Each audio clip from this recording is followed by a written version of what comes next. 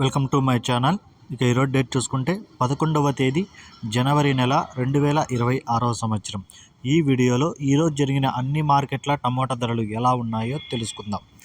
ముందుగా పాలకోడు ఇక్కడ 100 రూపాయల నుంచి 370 రూపాయల వరకు ధరలు పలికాయి. 100 రూపీస్ టు 370 రూపీస్. అనంతపురం 100 రూపాయల నుంచి 350 రూపాయలు. 100 రూపీస్ టు 350 రూపీస్. కలికిరి 80 రూపాయల నుంచి 330 రూపాయలు. 80 రూపీస్ టు 330 రూపీస్. హోసూర్ 400 నుంచి 800 రూపాయలు. 400 రూపీస్ టు 800 రూపీస్. మదనపల్లి 350 రూపాయల నుంచి 610 రూపాయలు.